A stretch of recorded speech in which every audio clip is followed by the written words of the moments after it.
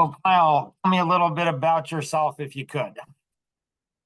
So from the Madison area, I've been in the construction trades industry for probably close to 15 years now, 14 years. I'm 31. Started building houses when I was 17.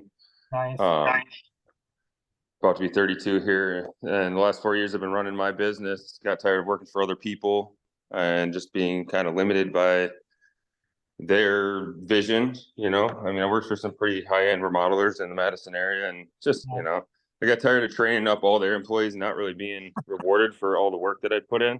Right. And then during COVID, 4 months in, after being laid off for 4 months, man, I was just tired of it. So decided to start my own business, started with one employee. By the second year in business, I was running 4 to 5 teams with 15 guys, Holy cow. mostly doing sub work. But I just got tired of the issues that it brought about and too many guys not getting paid enough money for how much sub work I was producing for this company, mostly doing windows, doors, and bath. Okay. So last December, I started selling my own jobs and really just marketing myself and my company. And I've been consistently doing around $1 million a year in generated revenue for just remodeling. And I did a house flip the last couple of years too, which I'm going to be profiting on. So I'm actually thinking about getting into just building houses after Okay. that. Uh-huh. Something I was telling Luke on the call. Okay. Sounds like you guys are looking to build houses up in Madison. Yeah. Quite a few. Yeah. How do you know Luke? He just reached out to me. I'm just a Okay. local contractor in Madison, and he Googled and I showed up. Nice. Man, Yeah. I love when technology works out and the internet works out. That's awesome. Oh Um, yeah. yeah, so we're working That's on where most of my marketing is just that Google LSA and Google yeah, Guarantee. Gets me quite a few calls, but I was telling him, I mean, we battle a lot of people just underbidding clients yeah, and giving ridiculously low prices that even as a small business owner, I don't understand how it's possible. But then we see guys just doing poor quality work and just cutting corners and not giving homeowners the type of service that they deserve. So right. one of my main motivators is just to over deliver, and just give people the best bang for their buck and do high quality work at affordable prices because I know what people charge, and so I try to stick in the middle, but can only grow so much doing that. And we're seeing a pretty good growth year. I mean, I did 200K in sales just in the month of January, which is pretty good for myself and one client manager. But I'm always looking to expand my network and see how I can help others, and others can help me and my team. And I'm always looking to grow. I'm pretty motivated, as most people around me see. Nice. Kind of a track to me. Like I could probably hire like 5 to 10 more guys in the next 5 months if I wanted to, but I don't want to grow too fast again. So I want to line up the work and have, a plethora of work. I'm probably booked out for 1 to 2 crews, which is kind of where I've been focusing now. I've got 10 guys. We're booked out until like June. Okay. There's always room for, working around that. I don't know how soon you guys are looking to get this project moving. Yeah, it's I just talked to my connection. I know he's in the Madison area, and so I've known him for probably I think I was looking back in the notes and it's been almost 20 years. Oh, And wow. so yeah, so he's a realtor, but he's done development, owns a bunch of homes. He's got Okay. he's got 2 projects. Um one is um one is it's a friend of his, but I think I get the impression he's helped develop it. So they've got to bring in another 1.5 million. They've got to bring in 1.5 million to put more of the roads or more of the infrastructure in, and then they're going to put up 40 homes, I think, or have 40 homes put up. So the realtor guy, he's done developing, he's done everything. Yeah. I'm 60 years old. I think he's 62. Okay. And so, um, we need young blood. Like we don't want to. So we know we have connections, we have stuff. So he's got one project, and so he needs to bring in the money, which Luke and then Kenny, they own Dreamscape Creations out of Elkhart County, Indiana, and so they're both Amish, and so they just started. They've been in construction for quite a while, but they just started their own company, and so they're starting to build stuff up, and they're and so I'm guessing Luke went ahead and reached out to you, which is great because do you use local crews? Do you bring in Amish in this area? There's a lot of Amish. And Yeah. so, how do you, when you get something that's got 40 homes, 40 homes ready to go ish. I mean, I think we can get the funding, but that's going to take some work to do that. So in answer to your question, they've got to go back once the whatever needs to be done. They got to go back. They've got the zoning, they've got everything, but there's still some city stuff that needs to go through. So have you had any experience in doing development? No, I'm just trying to get into the new construction game. I've got experience as far as like watching how these contractors and these large companies are doing it, and they're buying Okay. up land, they're developing it, and they're building houses on it. It's kind of Yeah. what you're talking about. So, Yeah. me personally, I'm more on the experience on the build and remodel side of things. I used to build houses, and we used to put up with me and three guys like a house every 2 weeks. So you can imagine if I had, 5 guys, 10 guys working, they could put things up pretty quick, Gotcha. But also I'd obviously have to utilize other contractors in the area that do the work I don't do. I have electrical contacts. I've got HVAC guys that I know, Okay. roofers, siders. Okay. I would be pretty good as far as being able to, put together that portion of it. Got As it. long as I'm, I wouldn't know the first thing about. I mean, I wish I could, get investors to give me millions of dollars to just do it myself, but that's a lot of work. I'm still working on connecting myself with those type of people. Yeah, So it's yeah, I own 9 different companies. And so I love business, all kinds of businesses and stuff like that. And I love helping young guys. I remember when I was your age and starting my own company, and I didn't have really any help. So I just have a heart to help, young guys, especially that are starting and saying, hey, here's some things that I've learned the hard way. Cost me a lot of money. Can I ask you some questions about yourself just to get to know you a little bit better personally? yeah, that's fine. Married, any kids? Unmarried. I've been with my girlfriend for going on 4 years now. Hey. This summer, and she's watched me build my whole business from the ground up. She also is a business owner. She has a videography company that kind of motivated her to start, and got a couple dogs, no kids. My main goal is just to mentor and help, the people that surround themselves with me, into being better humans and just, having a good, solid work environment. And I mean, that takes up a majority of my time is my business. It's Cool. definitely one of my main focuses. Luke said that one of the challenges was competing with contractors that come in way too low with price. You'd mentioned that with me. Any other challenges that you're finding you're facing, Kyle? I mean, not necessarily. I mean, I am learning to grow and delegate, which is something that's going to be important. I mean, I love being an integral part of it, but eventually, I'll have to work myself out. But as of right now, I mean, I'd say my time, because I mean, I spend a lot of my time, overseeing everything, project managing, being the owner, sometimes going out and being help assisting with sales with my client manager because he's still learning. He's only been with me a couple months now. Okay. But yeah, no, mainly, I mean, we're getting a lot of calls. As you can tell, I'm pretty searchable on Google. Yeah. I mean, obviously I always want more, but that's not too big of an issue. But the big thing is when we're getting these calls and we're going out to these clients' houses and giving them pretty reasonable pricing compared to the scale of things for quality work, they're going to be taken care of through the whole process.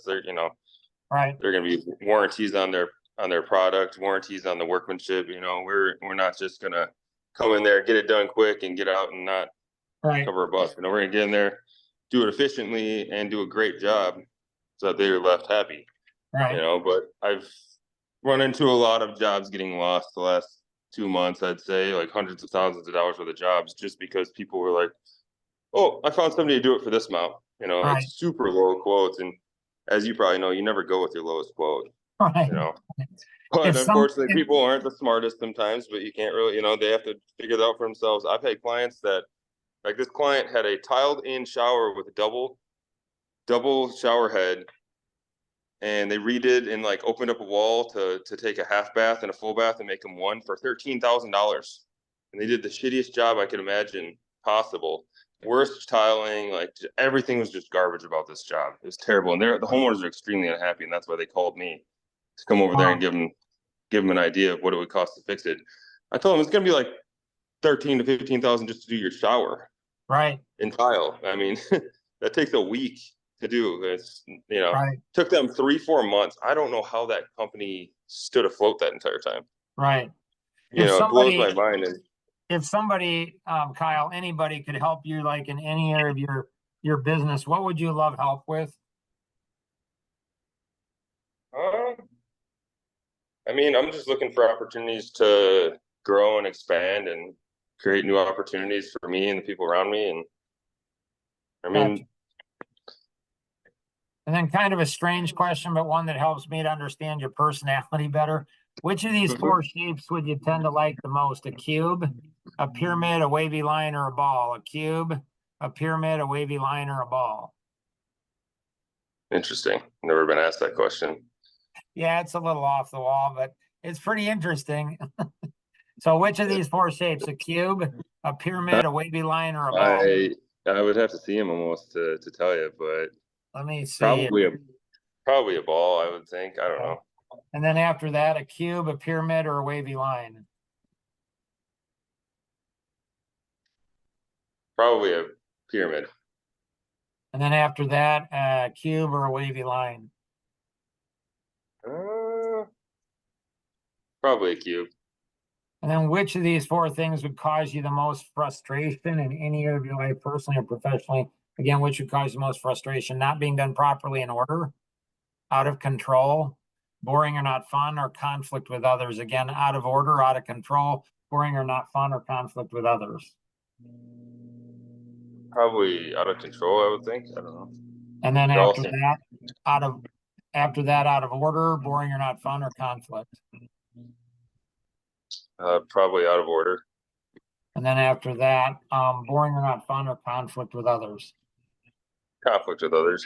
Gotcha. I can suck up something being boring and not fun. I try to be pretty fun though. So, but the other ones would be the ones that would stress me out more, probably. Yeah. Did you know you have a pretty complex personality, Kyle? I could tell you that. Most people around me could probably tell you that. Yeah. So not a bad thing, but I'm just not a simple type of person. I'm very, very passionate. Very, I don't know, not good with just being conformed and following. Just I'm an outside of the box kind of thinker. Right. I don't want to just go through life operating where people are making decisions for me all the time. That's why I thrive as a business owner. Right. Yeah. So, in the geometric, so between the two tests I gave you, there's 65,536 possible combinations, and you test out as one of the far more complex personalities. So, in the one test, you test out as an amiable driver personality. So, one of your greatest strengths might be your concern, compassion for people. You care a lot about people. Absolutely. And one of your weaknesses might be your concern, compassion for people. People might sometimes take advantage of you. Yeah, I try really hard to not let it happen, but yeah, for sure. Where the complexity comes in is you're also a driver personality, actually a stronger driver. So in that, one of your greatest strengths is your drive, your assertiveness, you make things happen. Weakness is drive, assertiveness, you make things happen. So our greatest strength is our greatest weakness, and our greatest weakness is just our greatest strength misapplied. It's taking a strength and carrying it too far. So you're going to have this type of personality is going to have a lot of inner conflict because they want to get the job done, get it done well. They can see big picture, but they're really caring. So they have inner conflict. Sometimes they'll run somebody over, apologize for running them over, and then run them over again. And so, and the other test you test out is the, I don't know about that, but yeah. and the other test you test out is a driver analytic. That's the same personality that I am. So you and I think we Yeah, get along really, really well. And so another strength you have is you like to dot your I's, cross your T's, make sure things are done properly in order. Weakness would be the same. absolutely. And so you're the type of person that likes to do things fast and perfect and make people happy. You Yep, have a lot of energy, and so you have the ability to see the big picture and the details. So it's probably it can be very hard for you to work with other people or other people work with you because this type of personality, they tend to be humble and thinking, hey, I'm just like everybody else, but you're not. You get things done faster, you're more efficient, so you can do most people can do high quality or high quantity of work. Very few people can do high quality and quantity simultaneously. And in business, to survive in absolutely. business, it's the perfect blend of quantity and quality that produces the best result, if that makes sense. Oh, 100%. And I highly resonate with that for sure. I mean, that's what got me to where I am today. I mean, I worked really, really hard, like in my business, doing all the work for the first couple years with my guys, training guys, because I mean, honestly, if I could meet somebody that does as well a job as quickly as me, like I would be hitting the gold mine. Right. But, and I really probably got 4 or 5 different guys with potential for leads. I'm very lucky, and that seems to be one of the biggest issues that people have in the trades or just in general in my area. I mean, maybe even all around the US, but just finding high quality, people that see your vision and can follow that direction and kind of see where you're leading them to. Not Right. just be like, oh, I just want to show up for a paycheck. Right. So that's where I definitely drive with that.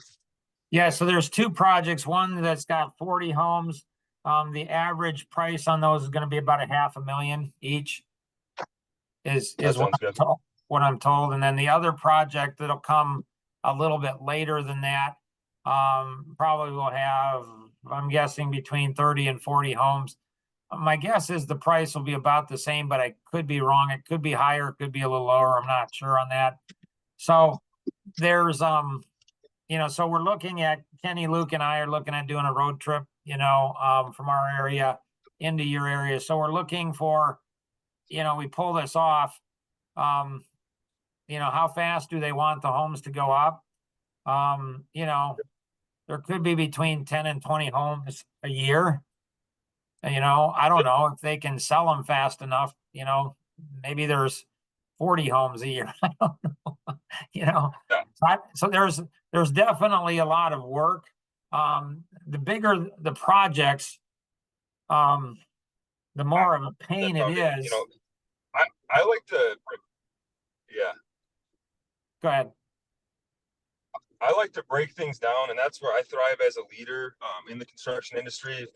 I take people and I put them where they thrive, and then we break it all apart into a process, and that's where it comes in with sub crews. I would obviously need to get more guys, but this goes right behind it. This goes right, and those guys are going from one next to the next to really, maximize on how efficient we can get the whole thing done. Versus just build one entire house at once, then go to the next house, and then go to the next house. That's going to be such a slow process. You might only get built, with our weather, like 6 in a year, versus Right. 40, 50. Right. Right. No, I'm But, I'm there's, like you. Like I'm like you. It's like, I want to get it done as fast as like when you're in martial arts and you're breaking a brick, you don't do it slow. You do it fast. Like that's how business is. So, Yeah. so what I'd like to do, Kyle, great meeting you. I think that you could be a great, asset ally. I think that, that would be really, really good. And so what we'll do is I'll talk to, Luke and Kenny. This is Elaine. She's actually the one that does all the work and makes sure we're on track. I just get to do the fun stuff, and then everybody else does all the other stuff. So I'll be talking to Kenny and Luke, and either Luke or Elaine will reach out to you, connect with another time, get a little bit more details, figure things out a little bit more. We're supposed to be getting back from our contact next Tuesday. He's given us some information. He's given us, all the different lots and stuff like that, and he's working on some stuff over the weekend. So we'll have some more information. So my guess is probably Wednesday or Thursday, whatever works best for you. We'll reconnect again, do another Zoom call, and take a look at it and go from there if that works for you. Just reach out, let me know via email me, text me, call, whatever's coming. I stay pretty accessible, 7 to 7. So cool. All right. Sounds good, sir. Nice to meet you. Have a great day. Yeah, it's great talking to you, Mark. You have a good day. Take care. You too. Bye-bye. Thanks. Bye. Okay, so Luke, what'd you learn? That's a good thing to learn, Luke. Like, I'm proud of you, Luke. I wasn't sure that you were gonna pick that up. So congratulations on that, Luke. Learning to show up for your appointments. Man, sometimes I'm stunned. How do you know these things, right? Like, how do you know? How do you pick that? All right. Elaine, anything you have? Not sure. Not sure. I thought Luke was going to be on. Yeah, he wasn't. I didn't see him on all the time that I was on, but he wasn't. He wasn't on. So, he just, he's just expressive, right? So I just got to cut him some slack. Like, don't be too very expressive. right? Like, hey, Luke, when you schedule an appointment, you might want to show up. Other things, Luke, one of the things that, I know you're great in communication, but, I didn't know where this guy came from at all. And I was thinking it was going to be in the notes. Like, I didn't know that you just cold called him. I know you think I'm really smart. I just know everything without ever being told anything. I am obviously pretty smart, Luke, but not that smart. You got to communicate, buddy. And then, like, everything that I just did for the last 25 minutes, you could have done, Luke. Now, again, I understand, Luke. Don't worry about it. You want to be dependent upon me forever. I get it. I get it. It's just, I want you to be independent of me. I want you to be where you don't have to have me. So a lot of the expressives in my life, Luke, I mean, I tell you, I got a lot of them too. I mean, I've got family members and I've got a bunch of other things. So what the expressive does, Luke, is the most interesting thing. I get so excited. I get giddy. Like, what they'll do is they'll come in and do just a little tiny little work. And then they let me do all the other work. No, I'm serious. That's what they do. And they feel so good. Like, I got this opportunity. It's like getting the opportunity is not really that hard, right? Working that opportunity, that takes hard work, buddy. It just does. And so, I'm here to do these things, not to do these things. I'm here to do these things to train you. And the only way you're going to learn how to do them is if you're there with me. And then you go ahead and have 1 of 3 responses, Luke. Do you understand what those are? I'm going to quiz you on this. So I know you're going to listen to this. So number 1 response is, Mark's a freaking genius. The guy's insane. He's a machine. He's absolutely magical. He is truly the Wizard of Oz, the smartest person in the planet. Now, I realize, Luke, that you and, Tim and, most of the other men, guys in your life, they want that. I don't. I already have that. My grandkids, they give me that. They think I'm the coolest grandpa in the world. You know what? That's all I need. So I'm not really looking for that kind of a response. You know what? Just, I have too much going on to mess around with that kind of response. So I don't want that. Okay.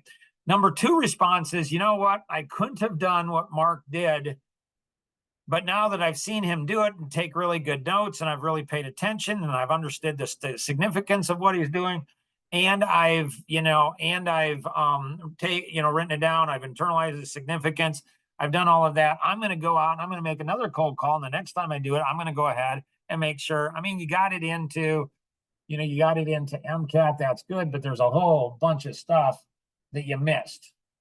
This is not unusual for an expressive, but again, not an excuse, right? You've got to learn how to do analytic work. You don't have to be as good as I am. Trust me, you don't.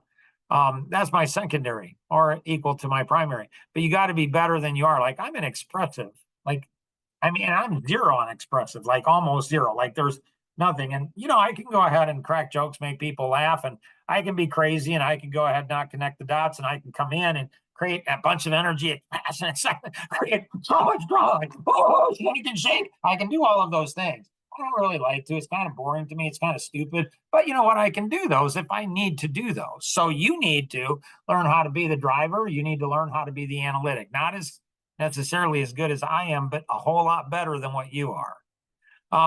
The third response is, doggone it, man, am I stupid. I mean, I could have done what he did. So I don't want number one. I don't want you thinking I'm amazing, because that doesn't do me a bit of good. Don't worry, it doesn't feed my ego either. I just don't need it. I'm looking for number two or number three. Number two, again, as a reminder, write it down. You need to know them. You need to know them in order, because I will ask them frequently to you.